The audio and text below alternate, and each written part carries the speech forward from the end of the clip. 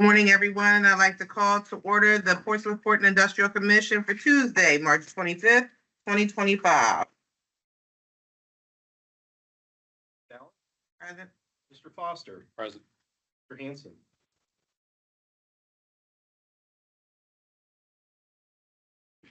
Mr. Peterman. Here. Mr. Rice. Here. And Mr. Barrow. Here. Chair, we do have a quorum. Thank you, sir. Before you have the minutes from the February 25th, 2025 regular meeting. I will need a motion and a second for approval of those minutes. Motion for approval. Second. We have a motion and a second. Any discussion? Hearing no discussion, roll call vote, please. Mr. Barrow. Yes. Mr. Foster. Yes. Mr. Hanson is absent. Ms. McSwain. Yes. Mr. Rice. Yes. Mr. Peterman. Yes. And Ms. Allen. Yes. Chair, the item is approved by a vote of 6-0. Thank you. Mr. Donahue, you have an introduction? I do, yes. Thank you, Chair. Good morning. I'd like to take an opportunity to introduce the board to our newest economic development team member. And that individual is just over my left shoulder here, Mr. Charlie Bauman. Hello. Who joined our team at the beginning of the month. And I'd like to provide Charlie an opportunity just to introduce himself and tell you all a little bit about him. Yeah, well, thanks for the opportunity, Brian, and thank you all for the opportunity to come to work here in the city of Portsmouth. It's been a refreshing change for me career-wise, and I'm very excited about the prospects that the city has, having watched its transition over the years in my different professional capacities, which involved the city of Norfolk, the Virginia Port Authority, and some private sector stuff, and of course, the city of Virginia Beach. So I'm hopeful my experience is going to be of value to this team, and look forward to doing good stuff. Thank you. Thank you. Good work. Thank you. Charlie's jumped right in. Several of you have probably seen him already out and about at various meetings throughout the region. So we're very excited, happy to have him join the team. And I'm very pleased to say we are currently fully staffed, which is something we've been working on for some time. So thank you, Chair. Okay.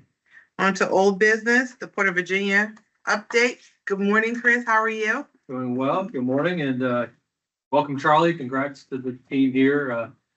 I commend Brian and Portsmouth bringing on someone like Charlie. He's definitely an individual that knows the port, the importance of the waterfront, and how to bring those economic development opportunities to life. So welcome aboard, Charlie. Congrats, and congrats to the city of Portsmouth. Today's update, somewhat brief, but I just want to go through a couple items. February was a month, obviously, that brought snow, and with snow and weather impacts, it obviously impacts operation. And so we're happy spring's here. February was a little up and down month, just with everything that we had to undertake operationally, as we are the most modern gateway in our country, but also the safest port in the country. And so February was a flat month at best, year over year. But like I said, spring is sprung, and we have seen the activity of freight continue to be steady and healthy coming over our docks here in the month of March. So that's good. PMT improvements, you may have seen the WHRO's website had a little bit of an article, and there have been some other press releases out there, but the PMT improvements that are there to support Dominion's Coastal Virginia Offshore Wind Project, representing about a $220 million improvement by Dominion and in partnership with the state. That project is finished, so that is good to see. You probably have seen a lot of those transition pieces and monopiles still, coming and going, more going at this point, as it seems like every week there's a outload of the transition pieces leaving PMT on a barge to go out into the ocean and be installed there within the Coastal Virginia Offshore Wind Project footprint. So that's super exciting as it continues to evolve. And I would tell you this 24 months in front of us as it relates to the Coastal Virginia Offshore Wind Project and the cargo type of activity we'll see coming into PMT. It's gonna be stuff we just haven't seen. And so people that are like yourselves, obviously interested in port, industrial, waterfront activity, we've got it going on in Portsmouth. So I think in spite of some of the just market volatility that exists in the offshore wind space in the current moment, what's happening in Virginia and here in Portsmouth is not happening anywhere along the U.S. East Coast. And I think that's a real positive as we look, these are mid to long-term investments being made by utility companies. And so really just, again, I think it's a feather in all of our hats. It's something that we should be promoting that will bear and net more opportunities moving forward in the future. So again, that's something just to be on the lookout for. And then finally, we're in the final stages of commissioning 4 new ship-to-shore cranes there at VIG. So if you're looking from, let's say, the interstate, the 164, and looking towards VIG, it's on your left-hand side. There are 4 new large cranes that sort of stick out. They match the 4 really big cranes that sit in the middle of the terminal. So these 4 new ship-to-shore cranes, like I said, they kind of mirror 4 large cranes that we had received during the expansion project a few years back. And those should be, they're in the final stages of commissioning. And so hopefully April 1st, maybe they're going to do it the 31st because we don't, it's serious. Like there's no joking. We are going to put those into commission, and that will ultimately really further just enable the marine side, the water side of VIG to really exercise and utilize its capacity and work these big ships, the ultra large container vessels you hear us talk about so much.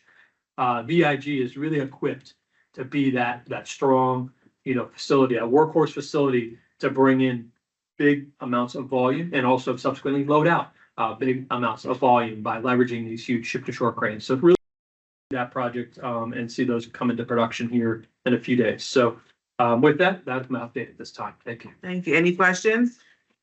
Is the strike, is it avoided or, or what's happening now? So appreciate that question. Yes, that contract, that 6-year agreement is fully ratified and those is in place today. And we're under that new 6-year agreement as we speak.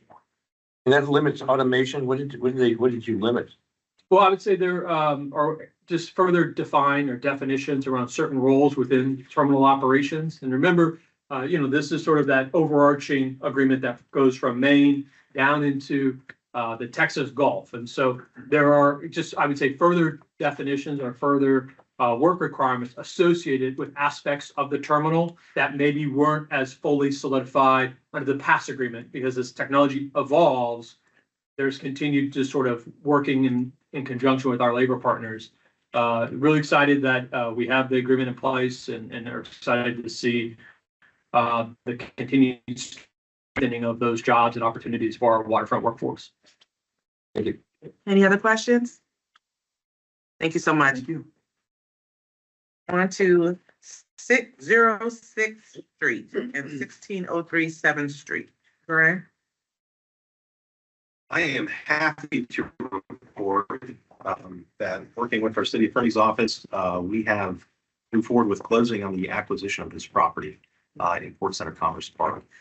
So it's just over about 2.5 acres of land. That property has transferred now from the Redevelopment and Housing Authority to the PPIC. That closed just a couple of weeks ago, and we are in the process of preparing that property for marketing, which we'll begin doing soon with our partners at Harvey Lindsay Commercial Real Estate. I do believe there's some considerable interest in this property. We've actually had a few inquiries from some private groups already, but we're going to be making an active push for industrial space on this property to be developed. So exciting that you've got another property now in your portfolio, and we're going to be working to see if we can move this one quickly for. All right, thank you. And our PPIC annual retreat, we have slated for, I believe it's April 22nd. April 22nd at 10 o'clock. And the retreat will begin following your regular meeting on the 22nd. So we'll hold that first and then transition to the retreat. We are in need of some agenda topics to include in the planning for the day. So we would ask Chair that if the commission could please forward any topics of discussion that you would like to have on the agenda to Faith's attention, and she'll work to start compiling the agenda items. Thank you. Is this an open meeting or is it closed? It will be an open meeting. so it will be open to the public. So if we could have our items to Faith no later than, would give me a drop dead date. How's next Friday? Okay, by next Friday. Would be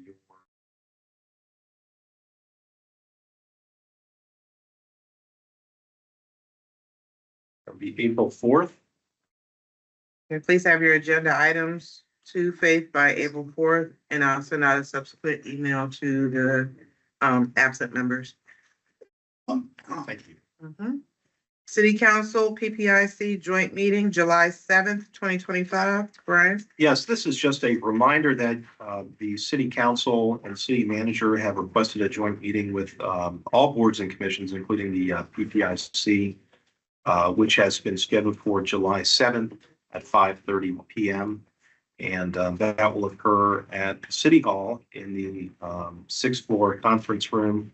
And will be a discussion on your various initiatives and priorities and how they relate to the city council's priorities and how both bodies can work together to move those items forward. So we should be in a good position for that conversation coming out of the retreat, and certainly details to follow on specific items of discussion, but really just a reminder. I believe we've also sent out a calendar hold. Yes, so you that did. you should have this on your calendar as well. Absolutely. Thank you. Moving on to new business, the CSX DeLong Rail Transloading Facility at 1 Harper Avenue. Thank you, Chair. We are revisiting a topic that was discussed at your February meeting. We have received a request from the DeLong Company, which is a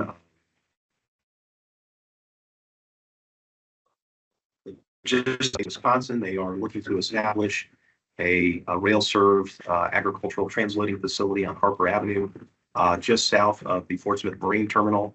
You were briefed on this project at your February meeting. We do have an application that has been drafted, and we have some additional details on the project that we would like to have our representatives from DeLong share with you all today.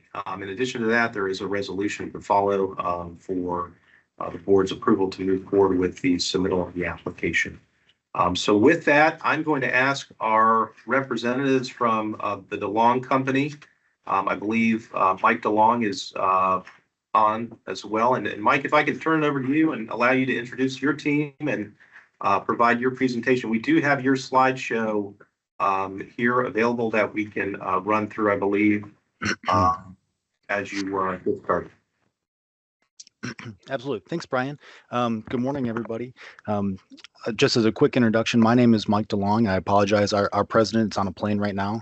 He presented previously, so if I make any slip-ups, I can send you some corrections. But on the call with us is Brian Henricks from VAA. They are kind of our assistant with all things grant related. Any grant questions or post-award process will probably go through Brian. And also board of directors and our head of exports is Brandon Bickham, and he's on the call as well. So anything I mess up, hopefully they'll add some corrections too. And would you like me to go through our previous presentation there, Brian, or what do you think is the best process for this morning? Mike, I think that's a great idea. If you'd like to share the presentation and just kind of go through it and any recap and helpful for any board members that were not present at the last meeting, but also for the public as well. Sure. Are you able to see my screen right now, Brian? Yes, we're having a little bit of a difficult time just making out the slides just because of our seating arrangement here, but there we go. I think that's better. Okay. It looks like I lost the screen, but we'll go from there. So we've got the presentation up, Mike. I believe Faith here is able to advance your slides as you can direct her as you need to move through it. Okay. Well, I've got to pull up hopefully on a shared screen here too. So hopefully that'll work. So I'll try to be brief and I'll let Brandon jump in here when I make mistakes. But for anybody that wasn't in our previous discussion from Chris, we are the DeLong Company. We're a 110-year-old full service agricultural company based out of Wisconsin, sixth generation family owned company. There's roughly 39 locations across the U.S. And what we do primarily is across our divisions of seed, agronomy, grain, exports, transport, and wholesale. Of that, I think it's probably roughly 70 to 80% is primarily exports. And you can see that because I think for the last 15 years, we've been the number one containerized exporter of agricultural goods in the U.S. So of that, we see a surpass of about 2 million tons annually. Our current facility, just phase one, I think will add about 350 probably as a minimum tons to that, and that's not including the current phase two, and that's kind of what we're talking about today.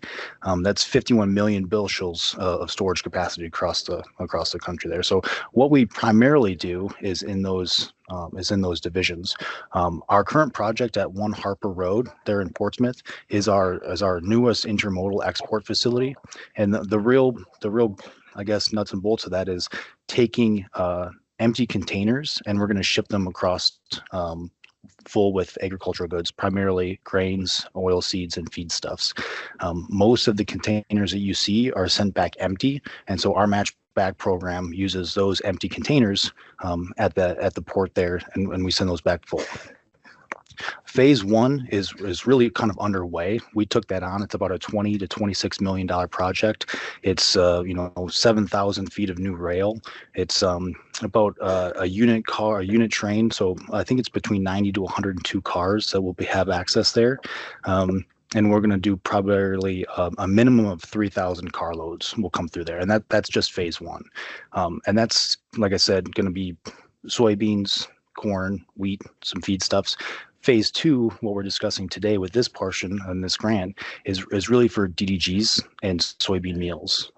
The big difference in those commodities is it just doesn't flow quite correctly, right? So for us to utilize this export facility with those DDGs and soybean meals, we really need a different storage facility for us to have access to those. So you can imagine soybeans, corn, potentially some wheat coming from like the region and some of the local area, but really DDGs and soybean meals are going to be coming potentially from everywhere, and we need to have a proper place to store those.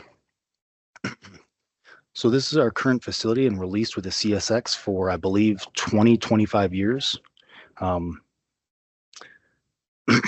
This is our access track and side tracks. So it's about 7,000 feet, some rehabbed, some new side tracks.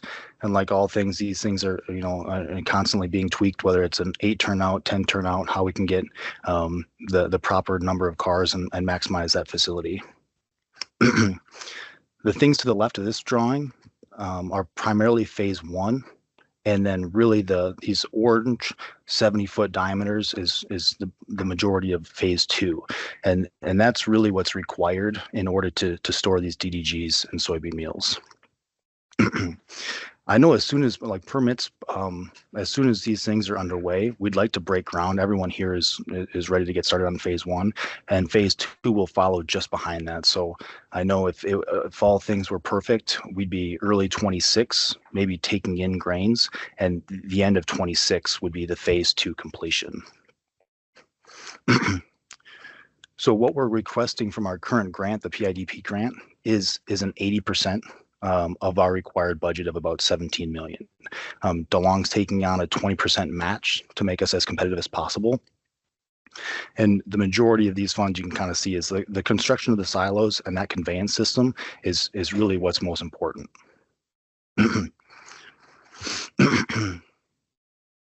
So finally, really just as I know this is incredibly brief, but as a summary, our export facility there in Portsmouth, we really want to be able to expand that in order to accommodate the DDGs, soybean meals, and have better market access.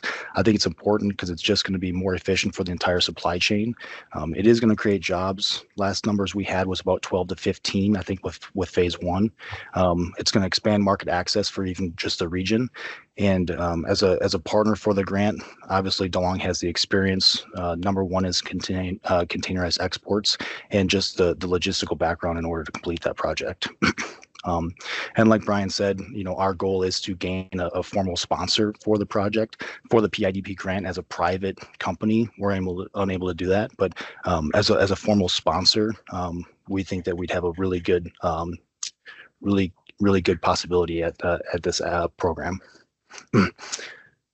Brian, Hendricks, and Brandon, was there anything that you'd like to add?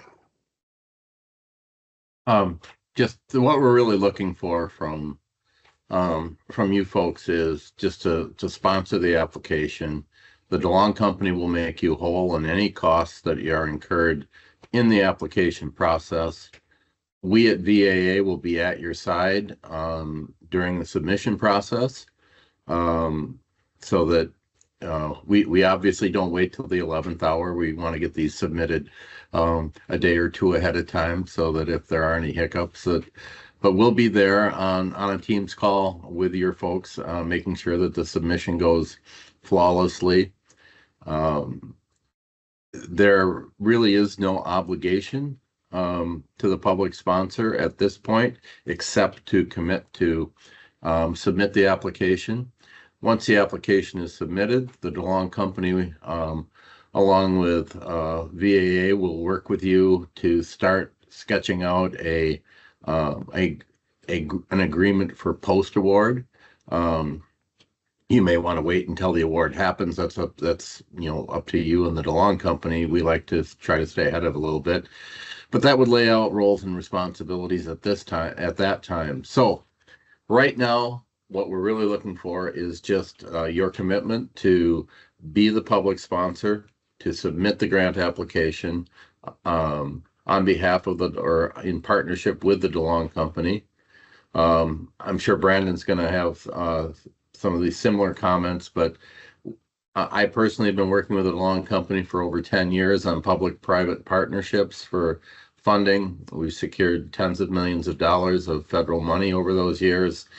And the federal government really likes working with the DeLong company because they know that the monies get spent and get spent well.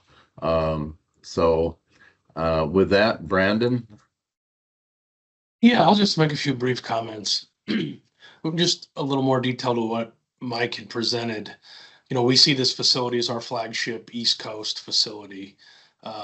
Primarily, we've operated in the Midwest with one exception. We have a small facility that we export soybeans out of in Newark, New Jersey. This facility would be very dynamic. It would be handling, the three grain crops Mike mentioned: corn, soybeans, and wheat. It would also be handling distillers grain and soybean meal in the phase 2 process. So, we're really looking forward to planting our flag on the East Coast and really being able to grow our export book while working with local farmers in the region and bringing in Midwest product to increase throughput. I myself have been working on this project for over 4 years, trying to find the correct piece of property with especially the Port of Virginia has been a big help in that regard. We found the right piece of property a little over a year ago. We're able to sign a lease with the CSX Railroad, and we're really looking to see this to fruition, not only phase 1 but phase 2, and we just really want to say we would appreciate your support in our endeavor, and we're happy to take any questions you folks may have. Any questions? I have a question. Sure. First of all, I want to say, Mike, thank you for your explanation. I understand it more this time than the last time, but can you just explain what the DDG is? You said DDG soy meal? Yes.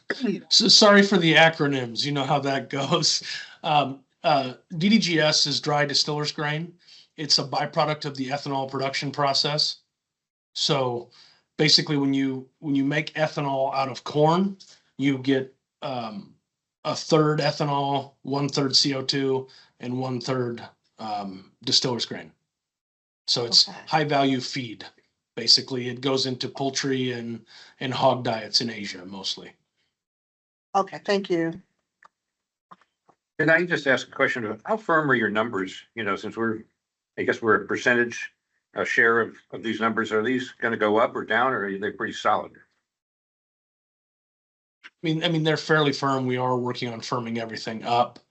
I think I do want to reiterate that you folks aren't on the hook for any percentage.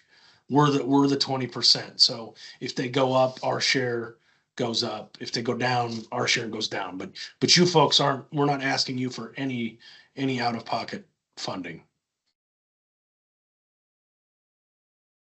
Good morning, Councilman. You have anything? I'm wondering what the PPIC obligation is post-award. What do you need from us post-award? Brandon, would you like me to do that? Or- Yeah, Brian, that would be best if you kind of walk us So- through that. So post-award, I want to quickly go through just what the process is. A notice of award will be given to the public sponsor, and at that point, the DeLong company would perform an environmental assessment, a NEPA required environmental assessment, all on their nickel. Once that environmental assessment is completed and approved by the USDOT MIRAD, then you go into a contract negotiation. That's kind of an oxymoron in that you don't really negotiate contracts with the federal government. You take their contract and accept them, maybe with a few tweaks. But so the grant contract it does give you one last opportunity to change your scope, schedule, budget. Well, scope and schedule. The budget stays the same. So at that point, you as a public sponsor with DeLong at your side negotiate the grant contract with MIRAD. Again, all financial obligations fall to the DeLong company, including any costs that you might incur for legal costs or accounting costs at that point. So a contract is then put in place. One of the first things that we do, and we try to make it part of the contract, is that we have MIRAD agree that the DeLong company will be responsible for all bidding and contracting rather than the public sponsor. And this has been done on 3 different cases where the DeLong company has secured federal funding for projects similar to this. And MIRAD is okay with that, which then takes the public sponsor their responsibility for dealing with contracts, dealing with the bidding portion of it. You're basically subrogating that to the DeLong company. So all contracts and bidding documents are offered to the public sponsor to review if they choose. And we keep the public sponsor informed to the level that they want to be kept informed throughout the process. Then getting to the financial part. So the DeLong company incurs, they're under contract with vendor X. Vendor X submits an invoice for $1 million, and the DeLong company does not have standing to submit that request for reimbursement to MIRAD. That has to go through the public sponsor. So we at VAA, alongside with DeLong, prepare the reimbursement request, take care of all the paperwork for that, provide it to you, the public sponsor, and then you forward that to MIRAD. You obviously review it if you choose to before submission. Then the monies from MIRAD, the reimbursement request monies, come to the public sponsor. The DeLong company will work out with you just how that process takes place, because that $1 million would then be transferred from MIRAD to you, and then how that gets transferred to DeLong, who has incurred those costs, is something that we can negotiate. But typically we have an agreement that we put together between the public and private entities that, say within 10 days of receipt of the monies, that it's forwarded on to the private entity. There are quarterly reports that need to be done as part of a MIRAD contract. we at VAA, again, alongside DeLong, put together those reports, provide them to you for your review if you choose, and then submission to MIRAD. At the end of the project, there is a final report that is prepared, and that's a very detailed report of just what took place, what got built, how it got built.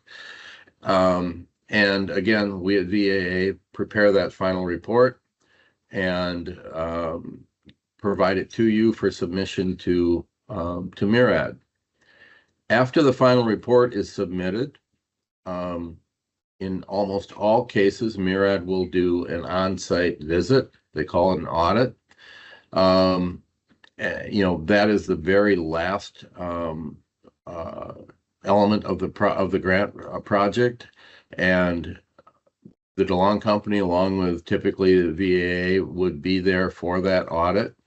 And you know, at that point, then everybody celebrates. The project is built, all the funding is in place, and you can move on. So that is more detail than you probably wanted or needed, but that is the entire process of what goes on.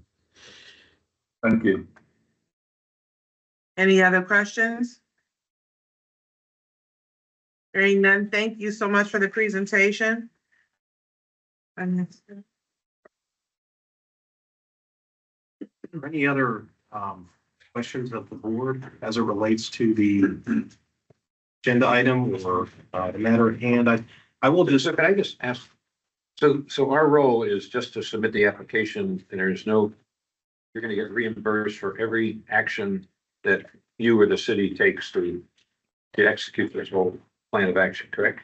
our role is very similar to the role that we have played with, for example, the Port Host Community Grant Program, where essentially this body acts as a pass-through for the grant program and funding that is awarded through it. So that would include the submission of the application, the receipt of the award, working to negotiate the agreements. Once those are entered into, we would obviously be involved with the reimbursement of funds, but we act simply as a pass-through from the federal government down through PPIC to DeLong to reimburse for their expenses. So there are really no expenses on the part of the PPIC associated with this. Or the city? Or the city. There is a commitment of staff time for the review, but that's something that we're doing consistently on other matters. So really no financial obligation or other commitment beyond the agreement that we need to execute. Great, thank you. Fairly standard, and you've done this many times with the Port Host Grant Program. This is just at the federal level, but I think the process is very similar. If I could add one more thing, and I think this is obvious and that you're all aware of this, you know, the action that you take today, let's make the leap that you approve moving forward with this. We would need a copy of that for inclusion in the grant application, the action that the board takes today or in the near future. And then also we would like, along with that would be a formal letter of support that would go into the application as well. So those are two other things that we would be asking in the near term. Okay.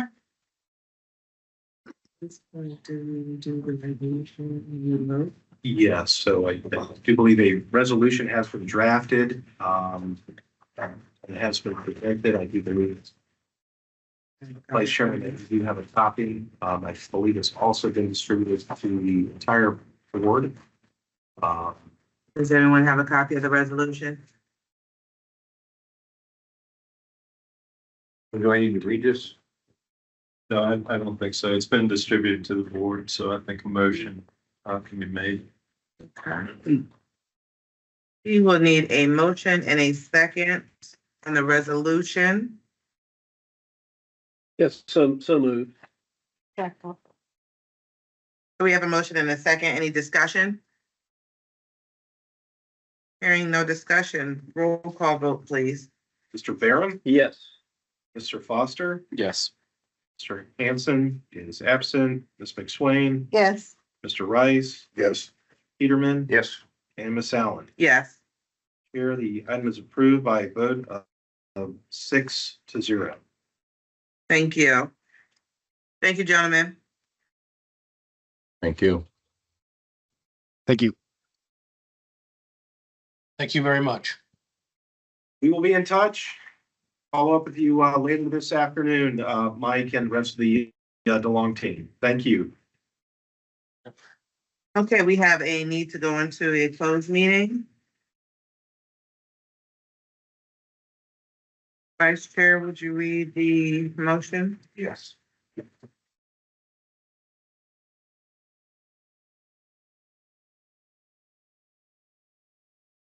Pursuant to Virginia Code subsection 2.2-3711 A.3 for the purpose of discussing the disposition of real property where discussion in an open meeting would adversely affect the bargaining position or negotiating strategy for the public body, specifically regarding the disposition of 3920 and 3930 Burton's Point Road, and be pursuant to the Virginia Code subsection 2.2-3711 A.3 for the purpose of consultation with legal counsel retained by the public body regarding specific matters requiring the provision of legal advice by such counsel, specifically regarding the Virginia International Gateway.